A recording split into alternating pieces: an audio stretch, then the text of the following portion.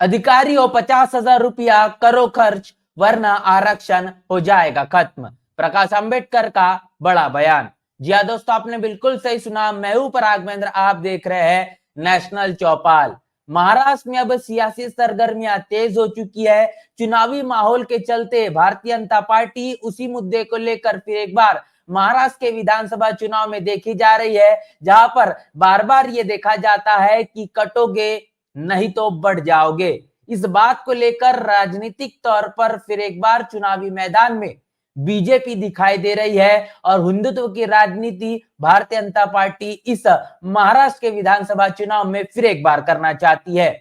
बात करेंगे अगर कांग्रेस की, तो कांग्रेस ने लोकसभा 2024 के चुनाव में बाबा साहब के संविधान को बचाने की बात की। इसके साथ साथ आरक्षण को पूरी तरीके से लागू करने को लेकर भी तमाम बातें कही। इतना ही नहीं तो जातिगत जनगणना करवाने को लेकर लगातार बड़े बड़े मंचों से बयानबाजी करते हुए भी दिखाई दी। अब ऐसे में राहुल गांधी अपने मन मस्तिष्क में उसी बहुजन राजनीति की पिच पर महाराष्ट्र में भी खेलना चाहते हैं। इन दोनों राजनीतिक पार्टियों को लेकर जिस तरीके से वंचित बहुजन आघाड़ी के राष्ट्रीय अध्यक्ष प्रकाश अंबेडकर सवालों के कटघरे में खड़े करते हुए नजर आ रहे हैं, और जिस तरीके से सवाल निशान प्रकाश अंबेडकर इनके माध्यम से भारतीय जनता पार्टी और कांग्रेस को लेकर कही जा रहे हैं, वो तमाम बातें अब समय के मुताबिक सुर्खियों में भी देखने को मिल रहे हैं। ऐसे में आपको बता दें कि प्रकाश अंबेडकर ने एक अपना बड़ा बयान जारी किया है, क्योंकि तमाम राजनीतिक पार्टियों की बात करेंगे, इसमें भारतीय जनता पार्टी हो, कांग्रेस हो, शिवसेना हो,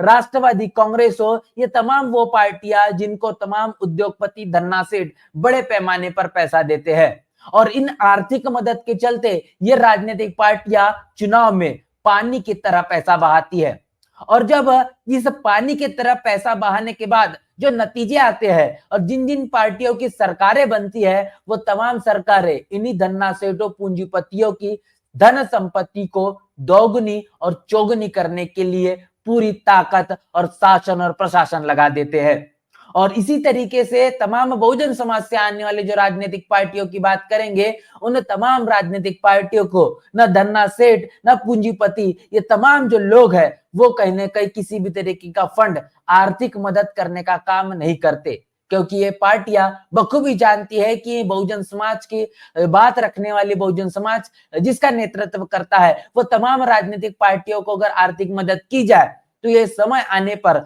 सत्ता में आने के बाद में, ये तमाम राजनीतिक पार्टियां वो कहीं ना कहीं धन्ना सेठों की संपत्ति को दुगुना और चौगुना करने का काम नहीं करेगी। जिस तबके से बहुजन समाज ये पार्टियां ताल्लुकात रखती है, उसी तबके का जन कल्याण करने के लिए अपने शासन और प्रशासन और तमाम तरीके की रणनीतियों को, नीतियों को लाने का काम करेगी। और ऐसे में बहुजन समाज की जो राजनीति करने वाले राजनीतिक पार्टियां आर्थिक तौर पर उतनी मजबूती से चुनावी मैदान में देखी नहीं जाती, अगर तुलनात्मक रूप से बाकी मनुवादी पार्टियों को अगर देखा जाए। और इसीलिए इन्हीं तमाम मुद्दों को ध्यान में रखते हुए बता दें कि वंचित बहुजन आघाड़ी के राष्ट्रीय अध्यक्ष प्रकाश अंबेडकर, इन्होंने अपना एक बड़ा बयान जारी किया है। क्या कुछ कहा है वो एक के बाद एक तमाम चीजें आपके साथ रूबरू करेंगे, आगे इस मसले को लेकर विस्तार से चर्चा करेंगे। तो ये आपको बात सुनाते हैं जो प्रकाश अंबेडकर ने खास तौर पर बहुजन समाज से अपील के तौर पर साझा की है।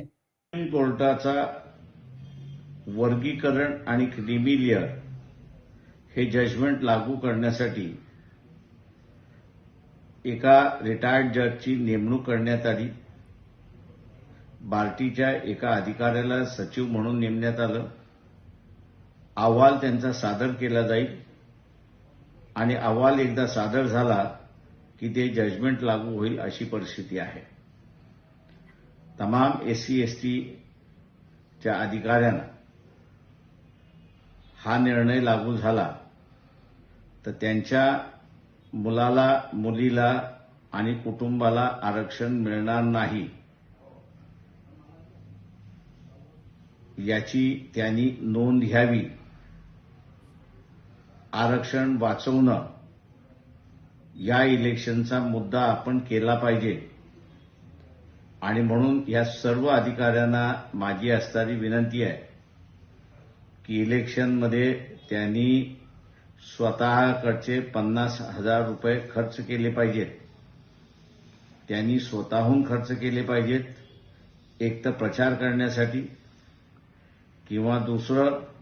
मतदान आपल्याकडे वळविण्यासाठी कशा पद्धतीने वळवायचं याची आपल्याला अधिक जाणीव आहे. उद्याचे आमदार निवडून आले तर हा निर्णय अंमलबजावणी करण्यापासून थांबवता येतो आणि म्हणून तमाम फुले शाहू आंबेडकरी विचाराच्या अधिकाऱ्यांना आवाहन करतोय की आपण या निवडणुकीमध्ये आपल्या पदरचे 50,000 रुपये खर्च करून आपल्या मुलाबाळांचं आरक्षण वाचवा. हे आव्हान मी आपल्याला करतोय. ते आपण वाचवाल ही अपेक्षा, मतदान देऊन हे वाचवाल ही अपेक्षा मी आपल्याकडे करतोय. तो ये बयान आपने देखा, प्रकाश आंबेडकर ने बहुजन समाज से खासतौर पर एससी और एसटी तबके से आने वाले अधिकारियों को लेकर ये कहा है कि बाबा साहब ने अपने समय में एक बात बड़ी मजबूती से कही. उनका ये मानना था और ये चाहते थे कि बहुजन समाज, खासतौर पर दलित आदिवासी समाज से आने वाले जो अधिकारी है, जिन्होंने इस भारतीय संविधान के बदौलत आरक्षण के कारण जो नौकरियां पाई है, जो भागीदारी उनको मिली है और जिन तमाम बड़े बड़े पदों पर वो पहुंच पाए हैं, तो उनका ये कर्तव्य बनता है कि अपने एक अच्छी जिंदगी जीने के बाद बहुजन समाज से जो उन्होंने लिया है तमाम वो पे बैक टू सोसाइटी के तौर पर समाज को लौटाने के आधार पर वो समाज को अपने सैलरी का, अपने कहीं ना कहीं जो पगार होता है, जो वेतन होता है, उसका तकरीबन 5% जो पैसा, मतलब अपने आय का 20 जो हिस्सा, 20वां हिस्सा है, वो कहीं ना कहीं बहुजन समाज के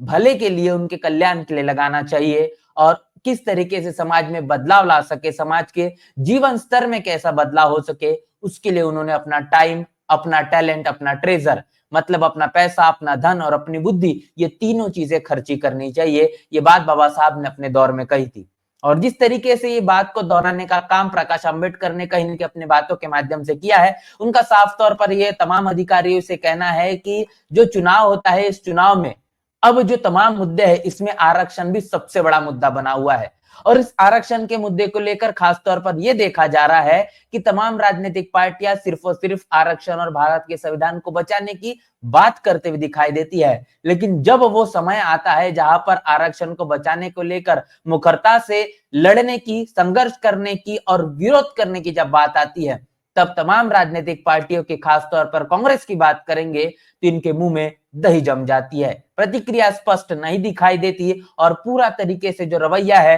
वो ढुलमुली दिखाई देता है. और ये साफ हो जाता है कि कहीं ना कहीं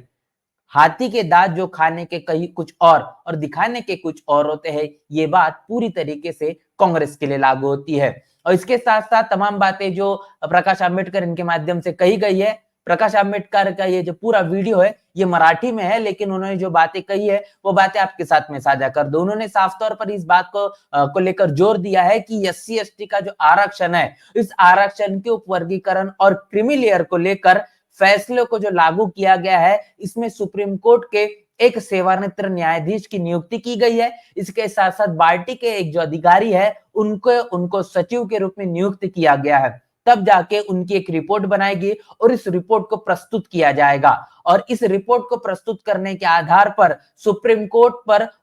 जो उपवर्गीकरण और क्रीमी लेयर को लेकर फैसला लागू होगा. ये बात उन्होंने कही. आगे चलकर प्रकाश आंबेडकर कहते हैं कि अगर यह फैसला लागू हो जाता है तो एससी एसटी के जो अधिकारी है, उनके जो बेटे हैं, बेटियां हैं और उनके परिवार के जो लोग हैं, वो आरक्षण उन्हें बिल्कुल भी नहीं मिलेगा, आरक्षण का वो लाभ नहीं ले पाएंगे. और उन्हें इस बात को समझना चाहिए, जो इस वक्त की समय की सबसे बड़ी मांग है कि आरक्षण को अगर बचाना है तो एक चुनावी मुद्दा भी ये कहने के आरक्षण बन चुका है. इसलिए प्रकाश आंबेडकर कहते हैं कि मैं इन सभी जो अधिकारी है इनसे अनुरोध करता हूं कि वे अपने स्वयं के 50,000 रुपये खर्च करें. आखिर किस लिए? महाराष्ट्र में जो विधानसभा के चुनाव है, इस विधानसभा के चुनाव में वंचित बहुजन आघाड़ी के तमाम प्रत्याशियों को आर्थिक तौर पर मदद देकर उनको किसी भी कीमत पर अगर विधानसभा भेजा जाएगा तो क्या कुछ होगा, ये भी प्रकाश आंबेडकर ने बताया है. उनका यह कहना है कि जिस तरीके से 50,000 रुपए अगर खर्च किए जाएंगे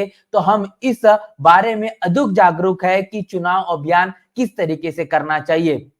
और ऐसे में हमें वोट किसे देना होगा. अगर कल कल चलकर अगर वंचित बहुजन आघाड़ी के ज्यादा से ज्यादा विधायक अगर विधानसभा में पहुंचते हैं तो ये तमाम विधायक क्या करेंगे, ये तमाम विधायक उसी एससी एसटी आरक्षण के वर्गीकरण का जो फैसला है, इस फैसले को रोकने के लिए पूरी तरीके से अपनी ताकत विधानसभा में लगा देंगे। और अगर ये ऐसा हो जाता है तो आरक्षण को खत्म करने की जो साजिश चल रही है, इसको रोका जा सकता है, इस पर लगाम लगाई जा सकती है। और इसलिए खासतौर पर जो फुले शाहू और अंबेडकर विचारधारा रखने वाले जो अधिकारी है, वो तमाम अधिकारियों से उन्होंने अपील की है कि इस चुनाव में वो 50,000 रुपए खर्च करे और अपने बच्चों के लिए वो आरक्षण बचाए। और इतना ही नहीं तो उन्होंने आशा की है कि वंचित बहुजन आघाड़ी को वो वोट देकर इस आरक्षण को बचाने की मुहिम में अपना जो सहभाग है वो निश्चित ही रूप से देंगे। तो अब सवाल यह है कि बहुजन समाज आखिर प्रकाश अंबेडकर इनकी कही गई बातों पर कितना ज्यादा अमल करता है,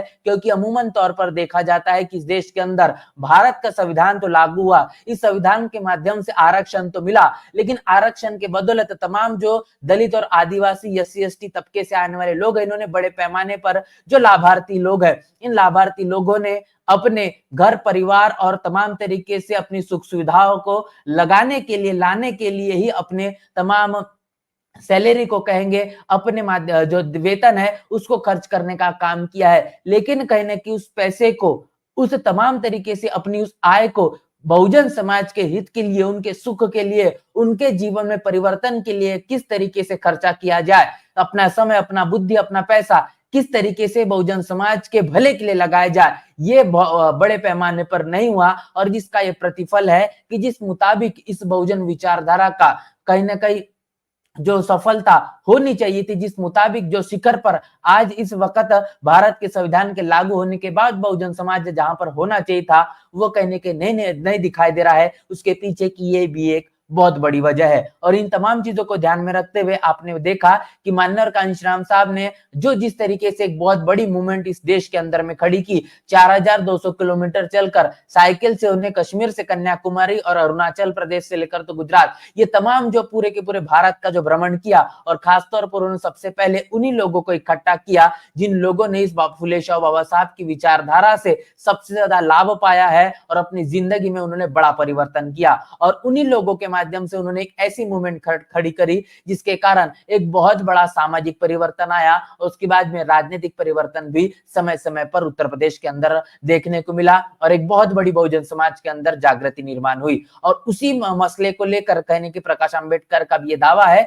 कि बहुजन समाज से आने वाले एससी एसटी के जो अधिकारी है, जो फुले शाह बाबा साहब की विचारधारा को कहने के अमल में लाना चाहते हैं, वो चाहते हैं कि ये विचारधारा सफल हो महाराष्ट्र में, और उन तमाम अधिकारियों को अपने पास के तकरीबन 50,000 रुपए खर्च करने होंगे अगर वो चाहते हैं अपने आने वाली पीढ़ी का, अपने बच्चों का आरक्षण बचा पाए और आरक्षण के बदौलत कहीं ना कहीं अपने भविष्य को वो उज्जवल कर पाए। इस पूरे के पूरे मसले को लेकर प्रकाश अंबेडकर के जरिए तमाम जो बड़ी अपील की गई, इसको लेकर आपकी क्या राय है, प्रतिक्रिया क्या है, लिखकर कमेंट बॉक्स में जरूर बताएं। और बने रहे नेशनल चौपाल के साथ, मिलते हैं नए वीडियो में, तब तक के लिए जय भीम, जय भारत।